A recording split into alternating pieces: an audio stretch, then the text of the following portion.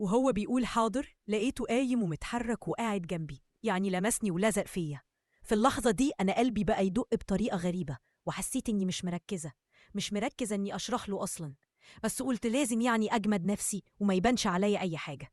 أهلا بيكو. قصتنا النهاردة مع الدكتورة سماح، بتقول فيها عندي 40 سنة، متجوزة وعلى قدر عالي من الجمال. عندي بنتين بيدرسوا بره وعايشين مع خالاتهم، وفترة الإجازة بينزلوا مصر.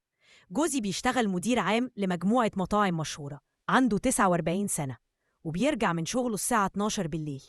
ومن حوالي سنة كده اشترينا فيلا جديدة في مدينة معروفة في القاهرة، ومحدش عايش معانا في الفيلا غير أنا وجوزي، وأنا ببقى طول اليوم قاعدة لوحدي بحكم شغل جوزي اللي بيرجع منه متأخر قوي. ياريت تسمعوا اللي حصل للآخر، علشان عاوزة رأيكم ضروري.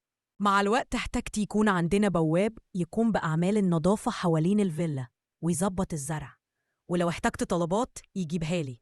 فكلمت جوزي قلت له عاوزين بواب يراعي الفيلا واهتم بيها. في البداية كان رافض تماما وقال لي مش عايزين حد غريب يكون هنا. قلت له ليه؟ بص على كل الفيلل اللي حوالينا، يعتبر مفيش فيلا من غير بواب. قال لي طيب سيبيني أفكر كده وارد عليكي. ولبس ونزل الشغل. ولما رجع من الشغل سألته ها فكرت؟ قام قايل لي ماشي مفيش مشكلة، بس احنا مش أول حد هيجي نختاره، لازم أشوف كذا حد علشان أختار منهم. قلت له ماشي. قلت له طيب يعني هنتصرف إزاي؟ قال لي هنعمل إعلان على الفيسبوك. وبالفعل نزلنا إعلان إن مطلوب بواب لفيلا في المكان الفلاني، وجوزي كاتب شرط إنه يكون متجوز ويجي بأسرته، وأسرته ما يكونش عددها كبير. نزلنا الإعلان في كذا جروب، وحطينا رقم تليفون جوزي. جت مكالمات كتير، وحدد ميعاد يوم الجمعة علشان هو بيكون أجازة، وجاي يوم الجمعة. وبدأت الناس تيجي، وجوزي بدأ يقابل واحد واحد. وبعد ما خلص قال لي مفيش إلا واحد بس، ده اللي أنا حسيت إنه كويس، الباقيين ما ينفعوش. قلت له اللي تشوفه. سألته طب اللي اخترته ده هيبدأ معانا إمتى؟ قال لي أنا قلت له قبل ما يمشي هكلمك وهقولك يجي إمتى.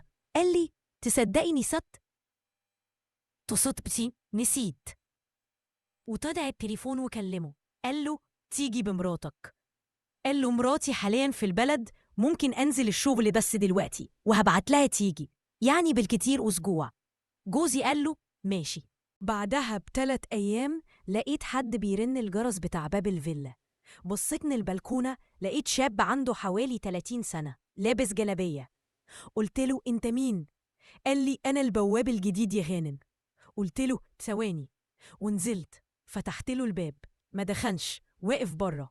قلت له ادخل، واقف ليه؟ قال لي تسلمي لي يا هانم. دخل. سألته اسمك ايه؟ قال لي محمود، عندي 35 سنة. قلت له معاك شهادة؟ قال لي مش غير الإعدادية. اشتغلت بواب قبل كده؟ قال لي لا والله، بس أي حاجة تطلبيها أنا تحت أمرك. قلت له انت شكلك هتتعبني، جاي تتعلم؟ قال لي لا والله، انتي تشاورني بس وتشوفي. قلت له هنشوف. ورحت وديته للأوضة بتاعته وقلت له دي الأوضة بتاعتك وهنا جرس قريب منك. لكن لاحظ إن هو مركز معايا مش مع الأوضة. قلت له هسيبك تظبط الأوضة، ولما تخلص اطلع لي فوق علشان أقول لك الشغل اليومي. قال حاضر. بعد ساعة سمعت باب الشقة بيخبط، وأنا وقتها كنت باخد شاور وقربت أخلص. هو عمال يرن الجرس كتير. لبست الروب وخرجت. فتحت له، قلت له إيه؟ رنيت مرة وباتنين ومحدش فتح، خلاص يعني؟ لقيته متنحي وبقه عينه عليا، مع إني ما كانش باين مني أي حاجة. شعري حتى ملفوف بفوطة. قلت له أنت سامعني؟ قال سامعك، آسف. طب أنا هنزل وأجي وقت تاني. قلت له لا استنى، ادخل وأنا هلبس واجيلك. هرب بقى أوضة، وأنا دخلت أوضتي وبدأت ألبس. فجأة سمعت حركة عند الباب. فتح المفتاح، كانت مظلمة. شكيت إنه بيبص. لبست بسرعة، ولما قربت من الباب سمعت حد بيجري. خرجت لقيته قاعد مكانه. ما قلتشلوش إني شاكة فيه. قلت له معلش اتأخرت عليك شوية. قال خدي راحتك يا هانم. سألته ظبطت الأوضة؟ قال الحمد لله. قلت له بقى مهامك اليومية تنظيف قدام الفيلا والزرع والشجر. سألته بتشرب سجاير؟ قال لأ. قلت له تمام، انزل اشتغل. فضلت طول الوقت أفكر، هل فعلا كان بيبص عليا ولا أنا اللي اتخيلت؟ نمت شوية صحيت لقيت جوزي بيتصل، سألني على البواب. قلت له كويس، حضرت الأكل وزودت كمية علشان محمود. نزلت أنادي عليه، ما ردش. دورت عليه، مش موجود. باب الفيلا مفتوح. بعد 5 دقايق سمعت الباب بيتقفل، لقيته داخل. قلت له بعصبية: كنت فين؟ ما تتحركش من غير ما تعرفني. قال: حاضر يا هانم. طلع معايا وأنا طالع من فعلة، وقعت على السلم وسندت على إيده. مسكني وقال لي: سلامتك يا هانم، على مهلك. وماسك إيدي ومش عايز يسيبها. سحبتها منه. دخل ياكل وأنا فضلت أفكر في مسكة إيده. هل كانت صدفة؟ ولا هو فعلا يقصد؟ بالليل جوزي رجع، سألني عليه. قلت له: ولد كويس. صحينا.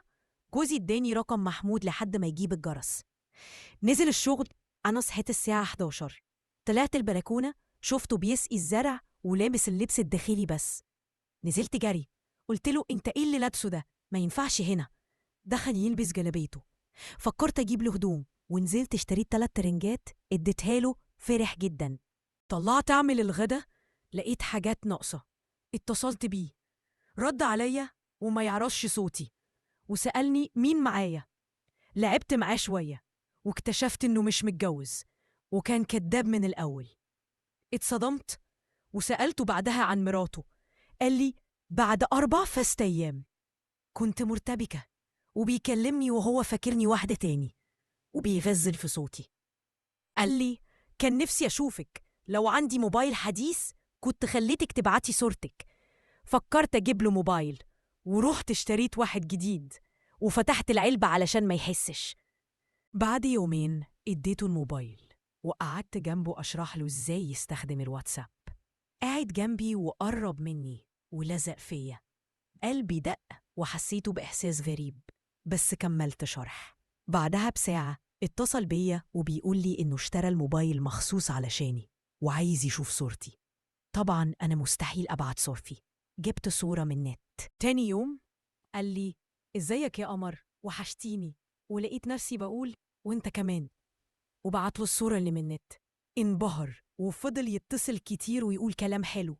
قلبي اتعلق بيه، ما ينفعش يوم يعدي من غير ما يكلمني. جوزي سأل على مراته وهدد إنه يمشيه. ما كنتش عاوزه يمشي، وأقنعت جوزي يسيبه. تاني يوم قلت لمحمود: بلاش تجيب مراتك. وفي يوم اتعبت جامد، ومحمود طلع لي وشافني نايمة ومريضة. جاب لي علاج وقعد جنبي وحط إيده على راسي وقال لي: انتي سخنة قوي، لازم كمادات. وأنا بيني وبينكم فرحت باهتمامه، اهتمام مش بلاقيه من جوزي.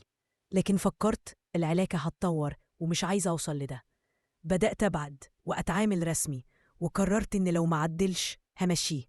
بس ساعات بضعف ومحتاجاه ومش عارفة أعمل إيه. يا ريت تدوني رأيكم في التعليقات.